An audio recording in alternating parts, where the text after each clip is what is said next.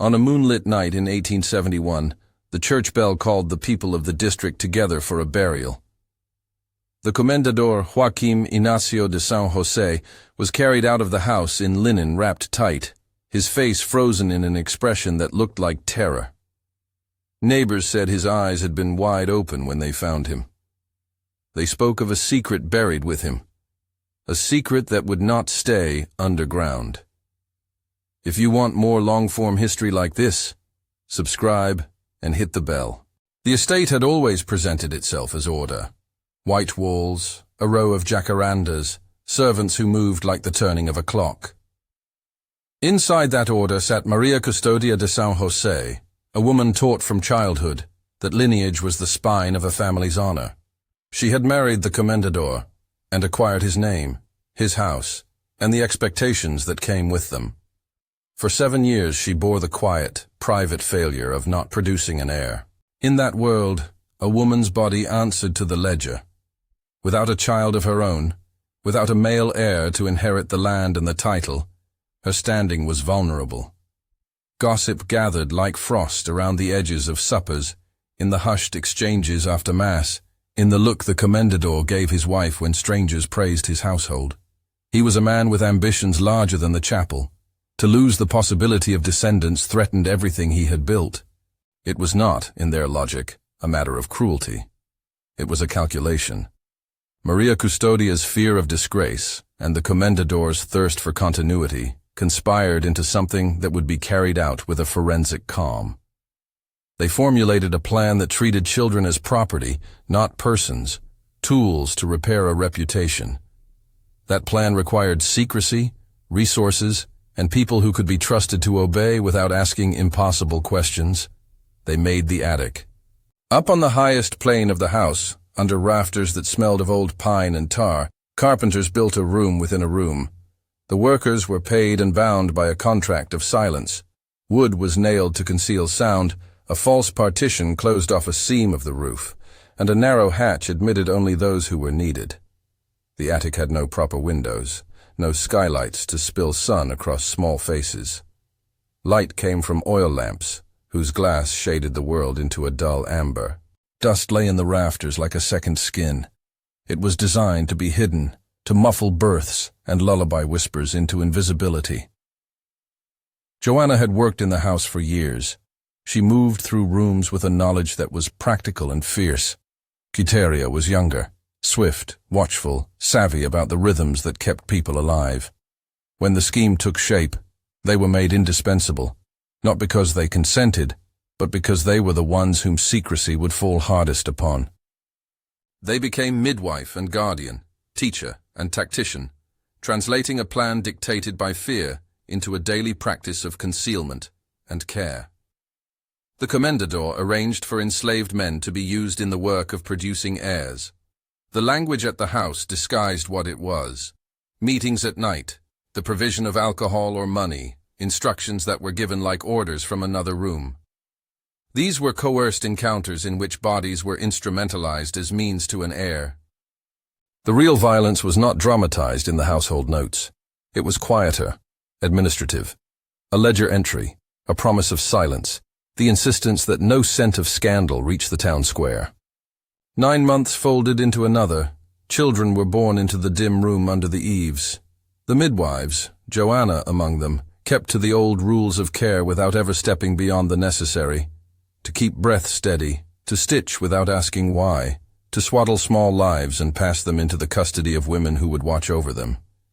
Quiteria learned how to soothe with a song that had no words, teaching the infants to accept darkness as if it were the only world they'd ever known. One by one, the children were named and kept exactly. Prudencio, the eldest, Maria, João, Felicidade, Sebastião, Joaquim, Rosa, Benedita, Ana, Gertrudes, Lucia, Gabriela. The names were the house's admission that these were people, not ledger entries, though they were raised in a place that denied them sun. The attic collected them like a second secret family. A dozen small bodies living under a roof that had been sealed against sight. Their skin took on the pallor of shadow. No fields called them to the light. Their bones grew in the cool hush of that space. Sunlight, when it touched through thin cracks, startled them with its immediacy. They learned to measure the day by the tone of voices downstairs, by the timing of meals passed up a hidden stair, by the calendar that Joanna kept scratched in charcoal on a beam. Even the weather came to them as rumor, blown in on some scrap of cloth pressed against the partition, described by the cook who placed a basket of bread where it could be fetched without questions. Joanna and Quiteria taught what they could. Joanna taught the children how to patch garments, how to bind a fevered forehead, how to recognize the taste of certain herbs. She also taught Prudencio to trace letters on scrap paper, shy, unfinished things, written with a stub of coal smuggled from the kitchen hearth. Prudencio read aloud to the others from torn pages of an old catechism, and when he could, from a pamphlet that had been discarded in the study. Literacy became republication, a way to translate the world outside into a set of maps the attic could use. Prudencio grew into his role like a tree shaped by wind. He was small for his age and watchful in a way that made the other children look to him. He collected the scraps of knowledge Joanna and Quiteria gave him and stowed them as if they were food. Where others were content to learn the cadence of silence, Prudencio wanted names for things, the names of peoples, of laws, of rights that might exist beyond the rafters. From the sliver of paper that read like a rumor, he caught mention of a law that promised a different fate for children born henceforth. The law of the free womb, the lait du ventre libre, signed by Princess Isabel. News traveled into the attic in the way news traveled into places shadowed from the street. Folded notes passed under doors, a whisper at a latrine, the smuggled presence of a newspaper edge. The law of the free womb declared, in principle, that the children born to enslaved mothers after its passage would be considered free. It was an imperfect, clotted legal instrument, its protections staggered and limited by local customs, but to the attic it was a cliff edge of possibility. For the first time, the word free dropped into the children's speech like a stone into dark water, creating ripples of hope. Maria Custódia understood the risk. The law was a threat to the calculus that had sustained her decisions. If the children were recognized as free, if they carried a surname and a legal identity, the patchwork of secrecy might unravel into scandal. She moved with the precision of someone who believed her survival required cold measures. She tightened the household's assurances. She paid off the carpenter who had built the false wall. She threatened anyone whose curiosity seemed dangerous. Her fear was both public and private. She feared disgrace in a society that valued property and lineage above compassion. And she feared the exposure of an act that, in her estimation, had restored what she had lost. In the house below the attic, the Comendador's health declined. He was a man for whom image had been everything, and his body betrayed him as though punishing his vanity. He grew thin, and the house changed its tone. Footsteps became softer, doors closed earlier, servants spoke in halting cadences. The noises in the night multiplied, an animal scurrying in the eaves, the settling of the roof, the slight shift of someone carrying a lamp across the floor above. The Comendador sent people to check and found explanations that satisfied in the way explanations often do. A mouse caught in a trap, a loose tile. But suspicion, once planted, flowers into a kind of mania. There came nights when he would sit up in his chair and listen. He would ask Maria Custódia to tell him what lay beyond the seal of the attic. She gave him stories that were neat and unconvincing. When her answers were not enough, his questions turned into orders. He demanded to hear the truth. She responded by closing ranks and tightening the measures of concealment. For nearly 2 decades, the attic had been a private kingdom, its statutes enforced by a small circle. Joanna and Quiteria as stewards, the Comendador's servants who were useful when needed, and the children themselves, who learned secrecy as a survival skill. The house outside performed its rituals, dinners with neighbors, visits from officials, the soft rumor of respectability, while above, beneath timber stained by centuries of weather, a dozen lives were kept from the sun. The children grew up with the peculiar education of those born into secrecy. They learned songs that began and ended in whispers. Their play mimicked adult rituals they could never perform. Ceremony with the broken things Joanna smoothed. A makeshift market with pebbles and buttons. Prudencio taught his siblings to read the small scraps they could collect. Maria and Rosa braided each other's hair by lamplight. Sebastião imagined open fields from descriptions he'd stolen from a passing cook. Felicidade hummed a lullaby she heard from marriage beds below.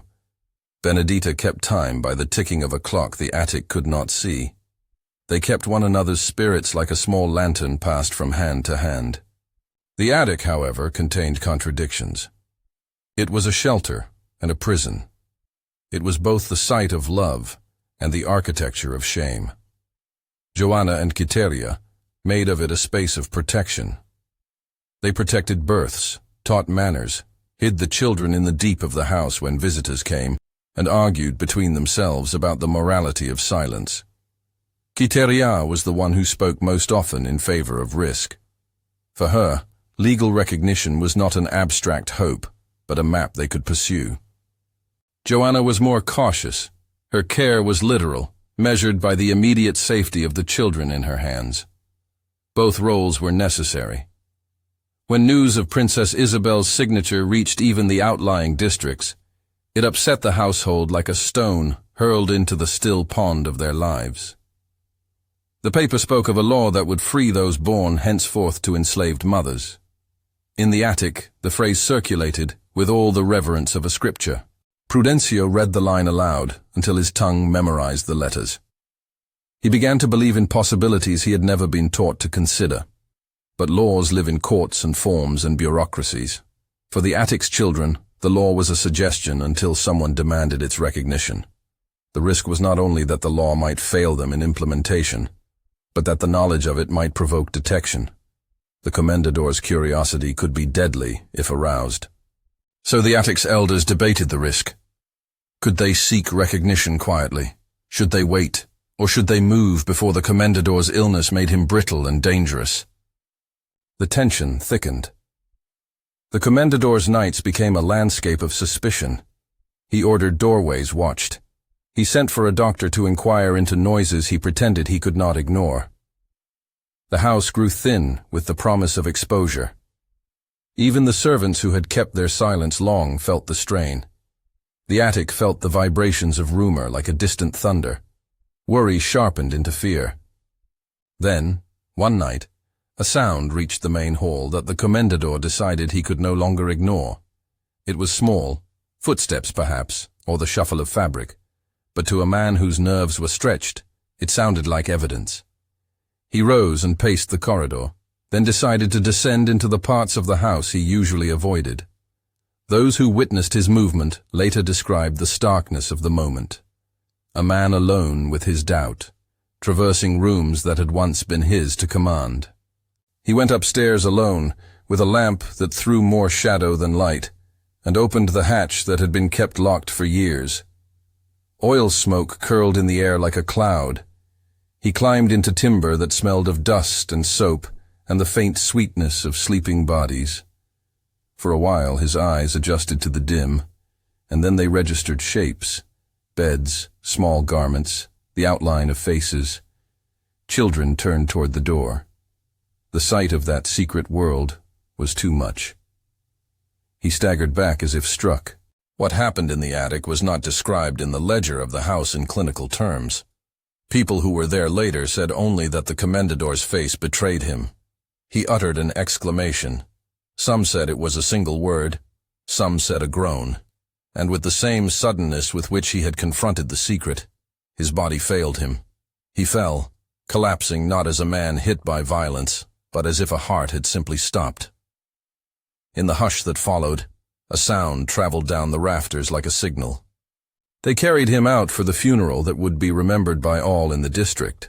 The sight of the body, eyes still wide, was an image that would breed rumor for years. The family believed his death untied the immediate danger.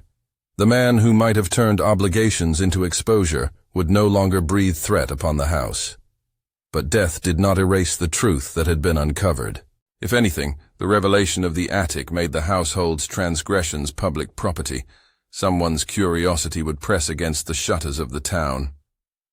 Prudencio watched all of this from the dark, registering the sound of footsteps, the falling of a man, the rush of voices. He felt, in a way he could name only as movement, the possibility that this moment was analogous to a hinge swinging free. If the Comendador had died with his eyes wide, then perhaps those eyes had seen enough for the world to change. The days after the collapse were chaotic. Servants moved like people crossing thin ice.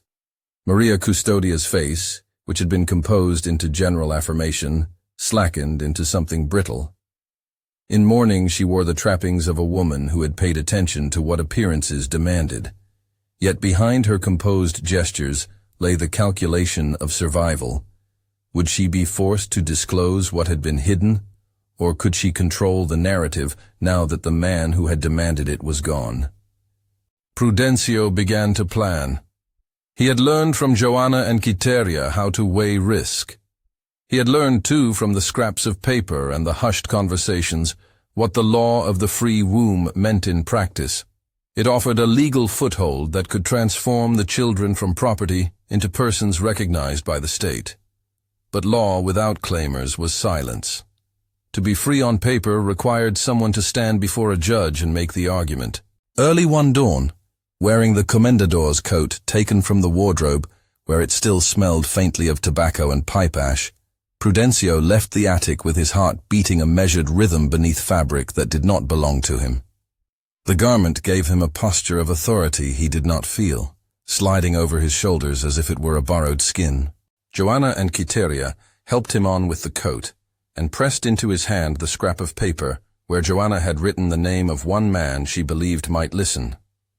Dr. Felisberto Gomez de Abreu, the judge of orphans and a local official who had, in other matters, shown a willingness to apply the law without too many deferences to the powerful. Prudencio walked by routes he had learned from listening downstairs. He moved through streets that still smelled of last night's cooking and the ash of hearth fires. As he crossed the square, the last stars were bleeding into the horizon. The coat he wore made people turn. Some bowed their heads, thinking him an agent of the family. Others simply noted a figure whose gait they had not seen before. He kept his pace. Activating courage was something he had rehearsed alone in the dark of the attic, repeating the syllables of the judge's name until they felt like an incantation. He knew that to go to the judge was to risk everything. There would be men who would say an attic had no place in a family like that. There would be those who would call the children illegitimate, or worse, blame them for the shame of the household. Yet he also understood the shape of the alternative. Another year of darkness would not lessen the need for recognition. The law was writ on paper, but paper was worthless unless someone moved to make it work. When he reached the judge's house, Prudencio found it in the modest dignity of a man connected enough to power to make a decision, and not so bound to local custom that he could not be moved by right.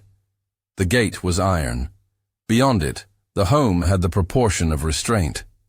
A servant answered the knock and, after a moment of consideration, ushered the young man into a parlor where the morning light pooled.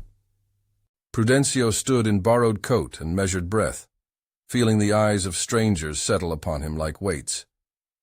He asked in a voice that had been trained by necessity into something steadier than he felt, to see Dr. Felisberto Gomez de Abreu. The name carried weight in Prudencio's throat. It was both a plea and a demand. The judge, when he entered, was a man who carried his office with a quiet gravity. He listened as Prudencio, leaning on the courage of years of hidden learning, spoke of children kept in an attic, of births concealed, of a law that declared them, in principle, free. Prudencio did not tell every secret of how the children had come to be. He did not need to. He told the judge what he needed. That 12 children, Prudencio, Maria, João, Felicidade, Sebastião, Joaquim, Rosa, Benedita, Ana, Gertrudes, Lucia, Gabriela, were alive, that they had lived hidden beneath the eaves of a house, and that they sought recognition under the ley du ventre libre. The judge's face did not betray immediate judgment. He asked questions, practical and legal, and Prudencio answered as best he could. Outside, dawn broadened into morning. News of a young man at the judge's door had a way of moving through a town. In the house where the children waited, Joanna and Quiteria held one another's hands and counted breaths as if they were measuring time by the beating of a small drum. The attic, which had been a singular world, now trembled at the threshold of the larger one. Prudencio left the judge's home with a paper that bore a promise of attention. Dr. Felisberto Gomez de Abreu had agreed to look into the complaint. The judge would, the young man was told, call witnesses, examine the situation, and apply the law as written. It was, in legal terms, only the opening of process, a fragile thing that might be filleted by powerful men or swallowed by a legal system that owed much to the town's influential families. Still, it was more than silence. On his way back, Prudencio passed under jacarandas now leafed with mourning. People on the street glanced at him.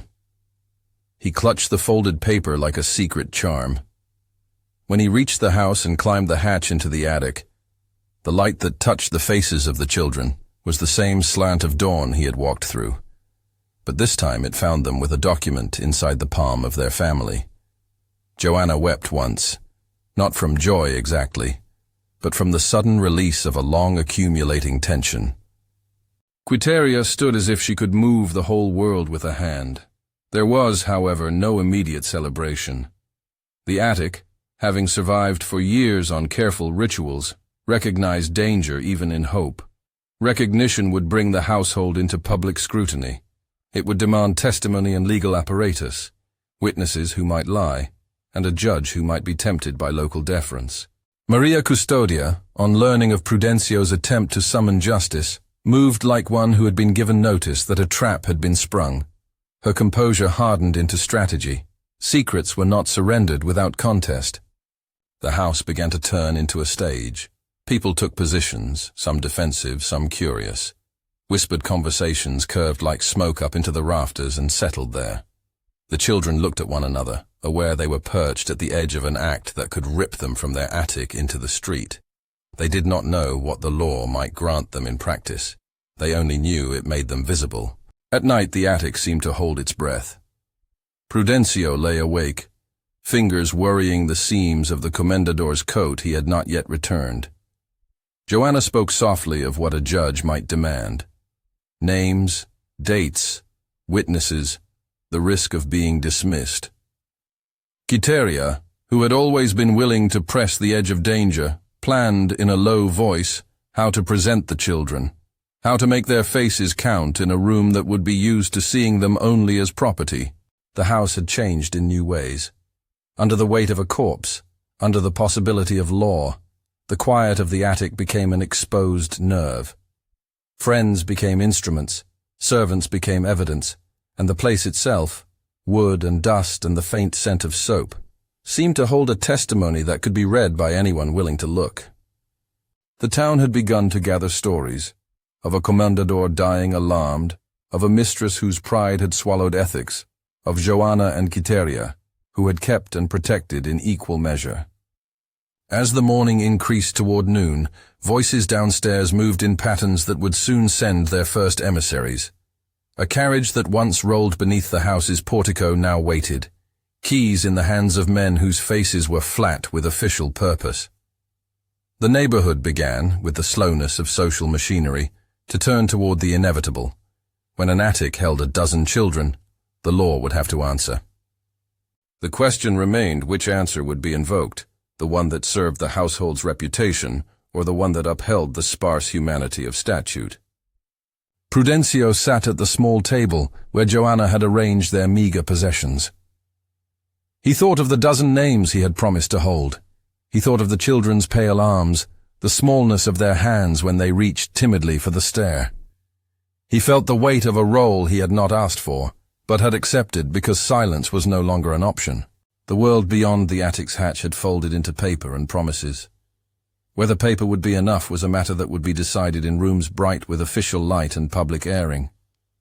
When the knock finally came at the front door, a different knock from the Comendador's earlier, more forceful, Joanna paused with her hand on the catch that concealed the attic's hatch. The sound carried to the rafters, as if to ask permission. Steps crossed the hall below. Voices murmured in the lower rooms. The house, the children, the women who had held them, all awaited the moment when private and public would collide. The knock at the front door did not sound like the household's usual summons. It was measured, official, a sequence of beats that carried the authority of someone who had a warrant in hand and a reason to be believed. Below, servants froze.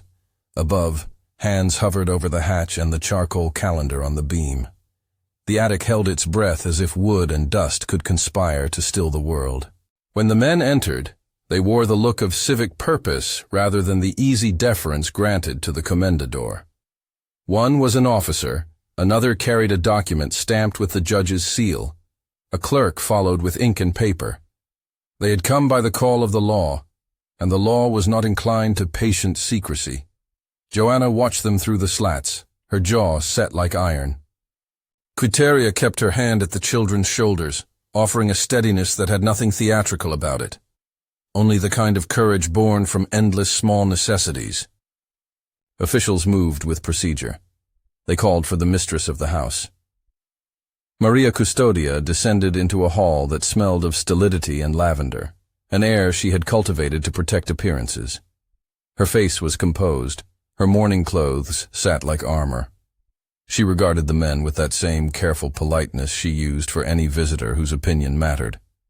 When the officer read aloud the judge's order, an invitation and a command, her eyes flicked to the rafters as if measuring how fast the world above might unspool. Under supervision, the attic's hatch was unlocked. It was a small mechanical thing, a barred seam in the roofline. But to those descending it was now a hinge between two grimly different worlds, one of private preservation, one of public reckoning. A lantern was lit to show the way, though the attic's dimness made any extra light feel intrusive. The children were gathered and brought, one by one, down into the house they had known only as shelter. The air that touched their faces was not merely new. It was the air of an entire town gathering in judgment. Neighbors assembled at the gate as the party moved through the courtyard. Whispering turned into a hush. The sight of the 12 children, Prudencio, Maria, João, Felicidade, Sebastião, Joaquim, Rosa, Benedita, Ana, Gertrudis, Luzia, Gabriela, left the onlookers with a mixture of pity and scandal. Faces that at dinners had smiled with the lazy civility of small authorities now narrowed or softened in ways that had less to do with charity than with the shock of a system briefly showing its seams. News could be a blade. It cut through the town like a rumor given voice.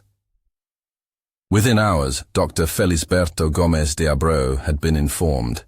The judge, whose domain included matters of guardianship and the legal definition of children, had already taken an initial interest when Prudencio first appeared at his door. Now, with the children standing as living evidence before neighbors and clerks, the matter would no longer be something gossiped about behind closed shutters. It would be a public case. The trial that followed did not resemble the melodramatic proceedings of rumor. It was procedural and slow, full of the small technicalities that make law feel like a machine: sworn statements, cross-examinations, certified copies of the new statute, and the recording of births and claims. Yet beneath the formalities, the moral physics of the community shifted. Questions were raised not only about the legal status of the children, but about the habit of secrecy that had allowed property to be manufactured in shadows. Testimony began with the most literal facts. The carpenter who had built the attic's false wall was called and, under oath, described the work he had done: rafters reinforced, a hatch hidden behind a beam, a small stair that could be shrouded when needed. He spoke of payments he had received and the stipulation that certain things remain unspoken. He avoided moralizing. He described timber and nails in the same flat voice he used for all kinds of jobs. His words were not an exoneration. They were the mechanical proof of deliberate concealment. A midwife, called by those who would tell the truth in place of silence, recounted births that had been aided and hidden. She did not speak of violation in salacious detail. She spoke of swaddling and silent soothed breath, of mouths fed, of the art of making a life emerge in a place chosen for secrecy. Her testimony was a quiet catalogue of care under duress, of women performing the tenderness expected of them while bearing the weight of a decision they had not been invited to make. Joanna and Quiteria stood before the judge, not as accused conspirators, but as witnesses with knowledge no official ledger had fully captured. Joanna spoke first. Her voice did not tremble. She told of the children as people, naming them and small facts a ledger could never hold. Where Rosa liked to keep a scrap of red ribbon, how Benedita hummed to herself when mending, how Prudencio once traced the letters of his name under a board, as if to make certain the world would remember who he was. She said she had tended births, stitched wounds, and taught the children names. She said she had hidden them because there was no other safety to offer.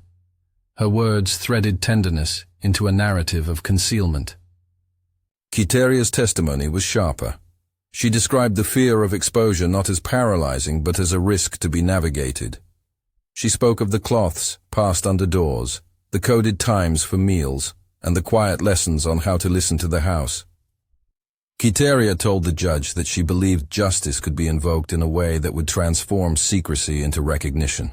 Her eyes did not seek to shame Maria Custódia, so much as to make plain the cruelty of a world where a mistress could purchase reputation at the cost of a dozen childhoods. When the defense for Maria Custódia finally addressed the court, it took the predictable shape of protecting a family's reputation and insisting on a private tragedy.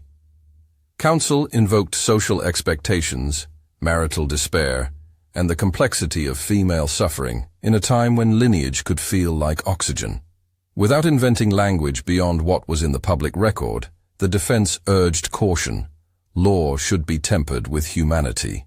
Maria Custódia stood while her lawyers spoke, composed and pale, as if all of this were another performance she had to learn. Her public testimony, what she chose to say when the judge asked her to speak, was compact and polished. She maintained that she had acted under pressures she could not fully describe in the sterile space of a courtroom. The fear of losing social standing, the desire to secure the name attached to the estate, the compulsion to salvage an identity built on inheritance. She did not deny that children had been sheltered in the attic.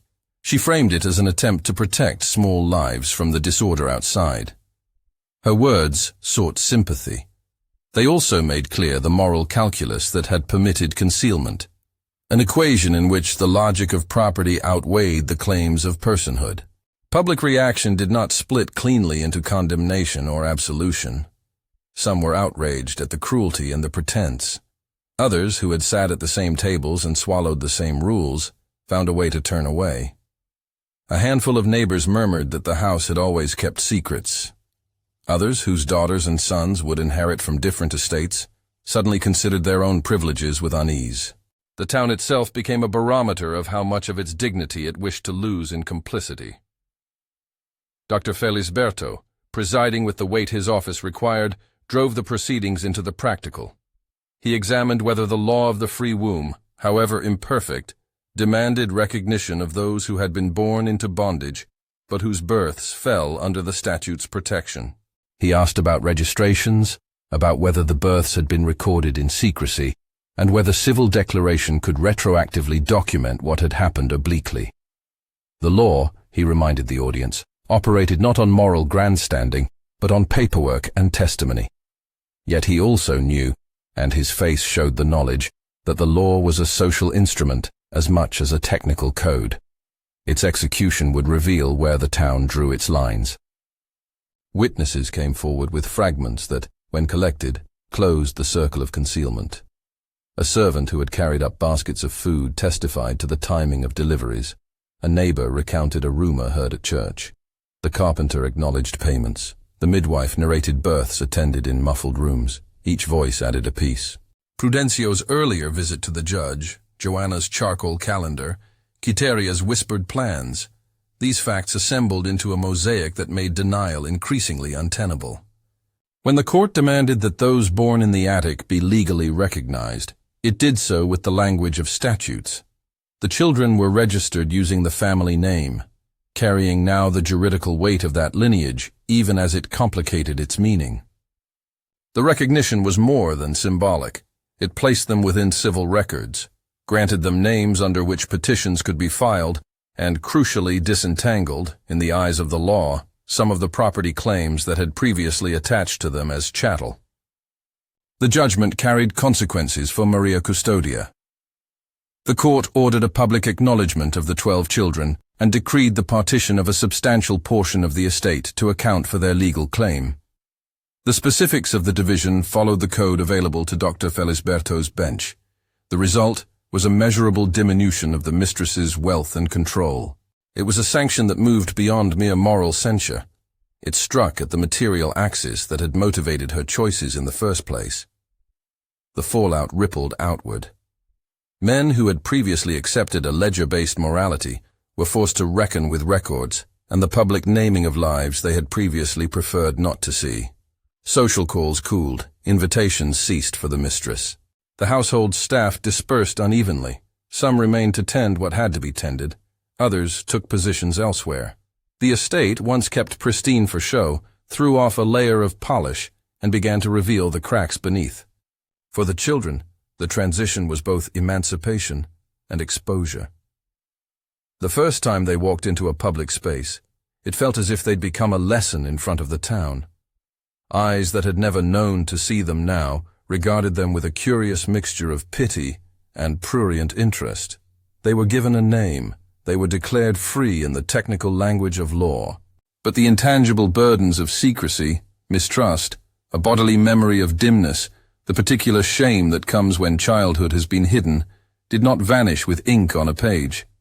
Prudencio took the change with the stoicism of someone who had had to become an adult too early. He kept the Comendador's coat for a while, not as a vanity, but as a remembrance of the posture it had given him when he first walked into the judge's house. He became, to some degree, the public figure of the attic's children, a spokesman not by choice but by necessity. His literacy, which had begun with charcoaled letters traced in secret, now permitted him to read deeds and petitions.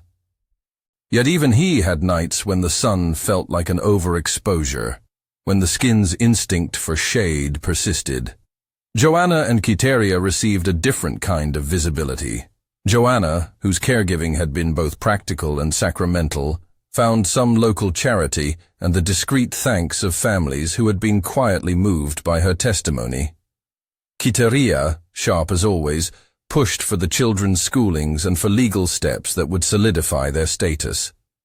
Both women carried the complicated badge of having been complicit in secrecy, while simultaneously having been the guardians who kept the children alive.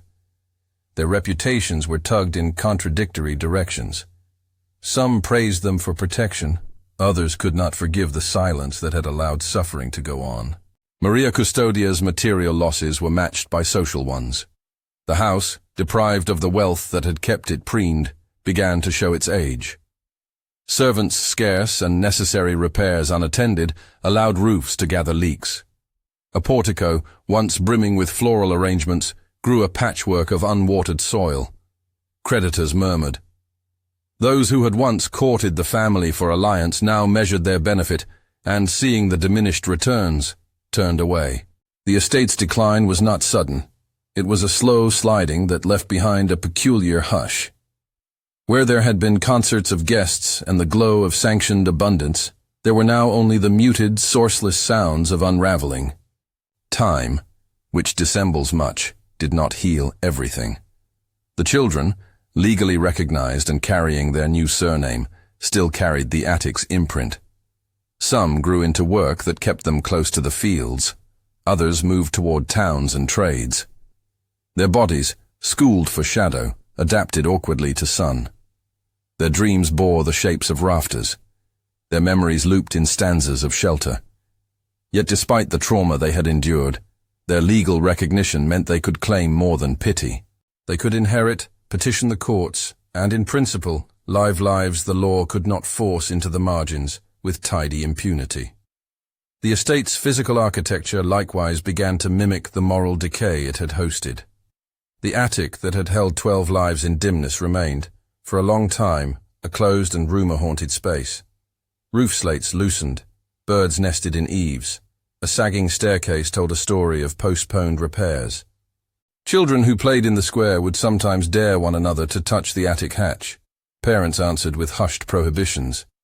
The story of the attic hardened into legend in the town speech, a place where secrets were kept, where a man had died startled by truth, where a woman's pride had become a public lesson. Years later, passers-by would point at the house and lower their voices. The new generation of grandchildren, who had not known the Comendador's pomp, would ask why the house looked vacant on certain days, why a vine had been allowed to crawl over the portico. Elderly women who had been guests at the Comendador's table would turn their faces and recall only that they had once known a reason to be silent. The sound of the bell that had called people for his funeral remained vivid in memory. A defined note that brought with it the sense that even well-kept reputations were brittle under test. The legal consequences of the case were not transformational in the society at large. The law of the free womb had always been a partial remedy, limited, constrained, subject to the pressures of a community that preferred order to justice. Still, in this instance, it had broken a carefully engineered secrecy. Dr. Felisberto's intervention and the courage of a young man who walked in a borrowed coat together created a precedent in that locality. A single court could force acknowledgement of lives previously treated as invisible. It was not a change that redistributed power evenly. It was, however, one that exposed the mechanisms by which power had been preserved. The moral questions lingered. Did Maria Custódia deserve only punishment? Was there room for sorrow for a woman raised to value lineage above empathy? The law had punished her in a practical sense. Her inheritance had been diminished. But moral judgment is not something statutes alone can calibrate. The town's verdict was mixed. Some meted out personal retribution in gossip and social exclusion. Others offered a more complicated pity. What remained clear was that the system that taught her to choose reputation over humanity had shaped her decisions as much as it had corrupted them. The attic itself became a kind of monument to that systemic failure. People said they could still feel the place where sunlight had been kept from small faces, the place where time had been measured by whispered lessons and charcoal marks on beams. Memory, like a wound, did not close neatly. For the children who had grown under the rafters, every roofline carried an echo. For the town, the house served as an indictment of the ease with which community respectability could be purchased at the expense of children's lives. In quieter reflections, those who had cared, Joanna, Quiteria, Prudencio, would sometimes stand at a remaining window and watch the sky. The sun, which had been once an alien element, became a small ally. They learned to trust it in increments, as one learns to step beyond a long-accustomed dark. They also knew that law, while necessary, did not undo the insult of years. Recognition on paper could not restore mornings stolen in dimness. It could, however, supply a foundation from which lives might be built, with fewer legal shackles. History, when told in the rooms of later generations, did not linger only on the judgment that reduced a fortune. It lingered on the ways a social order allowed a woman's fear and a man's ambition to become instruments of theft, thieves not of property but of time, skin, and daylight. The story of the attic forced a simple indictment.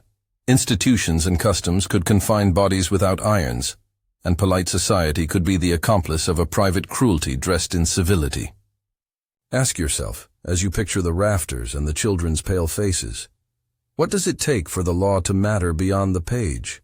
Is recognition enough, or is there a moral and social repair that law cannot mandate? The story does not offer easy absolutions. It offers instead the stubborn fact that names were given, rights were claimed, and a dozen lives were acknowledged, in spite of a design meant to erase them. The house continued to tilt and weather, moss-claimed bricks, and the attic hatch would often be found stiff with silence. But the names, Prudencio, Maria, João, Felicidade, Sebastião, Joaquim, Rosa, Benedita, Ana, Gertrudes, Lucia, Gabriela, remained. They entered the civil registers and the town's memory.